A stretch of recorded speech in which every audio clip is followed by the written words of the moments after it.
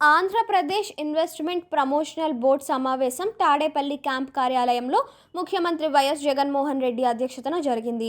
రాష్ట్రంలో కొత్తగా పెట్టబోయే పలు పరిశ్రమల ప్రతిపాదనలకు, ప్రోత్సాహకాలకు ఆమోదం తెలిపింది. ఈ సమావేశంలో 19,037 కోట్ల రూపాయల పెట్టుబడులకు ఆమోదం తెలిపారు.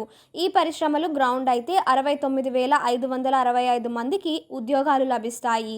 ఈ సమావేశంలో సీఎం జగన్ మాట్లాడుతూ ప్రపంచవ్యాప్తంగా పారిశ్రామిక రంగంలో అనూహ్య మార్పులు వస్తున్నాయని తెలిపారు. పరిశ్రమల ఉత్పాదకతతో సాంకేతికంగా విప్లవాత్మక మార్పులు చోటు చేసుకుంటున్నాయన్నారు. వీటన్నిటినీ అధికారులు ఎప్పటికప్పుడు అవగాహన చేసుకోవాలన్నారు. ప్రపంచ పారిశ్రామిక రంగం పోకడలను అవగతం చేసుకోవాలన్నారు.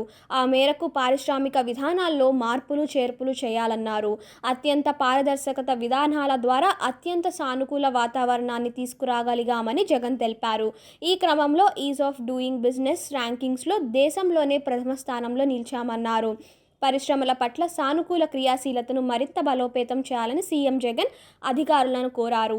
పరిశ్రమల ఏర్పాటు కోసం ఇచ్చే అనుమతులు తదితర అంశాల్లో ప్రభుత్వం నుంచి వేగంగా స్పందిస్తున్నట్లు తెలిపారు.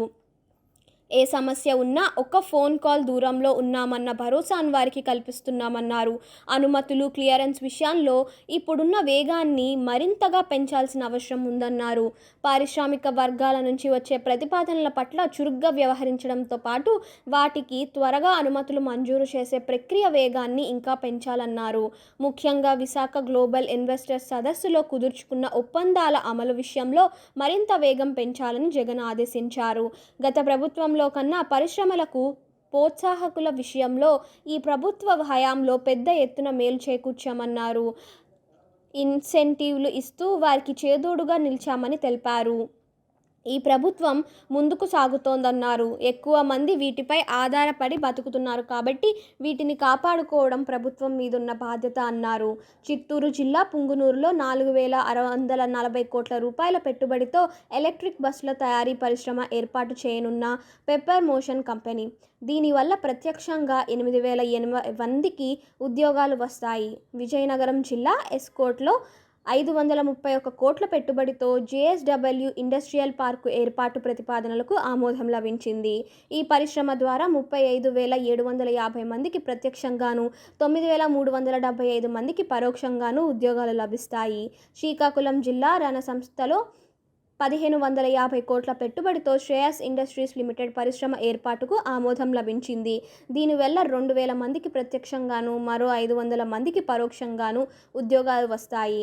అనకాపల్లి జిల్లా అచ్యుతాపురం SEZలో స్మైల్ కంపెనీ ఆధ్వర్యంలో ఆర్టిఫిషియల్ ఇంటెలిజెన్స్ ఎలక్ట్రానిక్ ప్రొడక్ట్స్ తయారీ యూనిట్ ఏర్పాటుకు ఆమోదం లభించింది.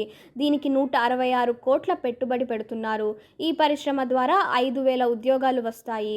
నెల్లూరు జిల్లా కృష్ణపట్నం వద్ద కోస్టల్ ఆంధ్ర పవర్ లిమిటెడ్ తన పారిశ్రామిక కార్యకలాపాన్ని మార్చుకునేందుకు SIPB ఆమోదం తెలిపింది. థర్మల్ పవర్ స్థానంలో కొత్త తరహా సాంప్రదాయేతర పర్యావరణ రహిత గ్రీన్ హైడ్రోజన్, గ్రీన్ అమోనియా ఉత్పత్తి ప్లాంటుకు SIPB ఆమోదం తెలిపింది.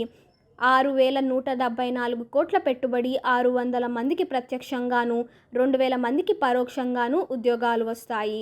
తూర్పుగోదావరి జిల్లా కడియం వద్ద ఆంధ్ర పేపర్ లిమిటెడ్ విస్తరణ, 4,000 కోట్ల పెట్టుబడి, 3,000 మందికి ఉద్యోగాలు.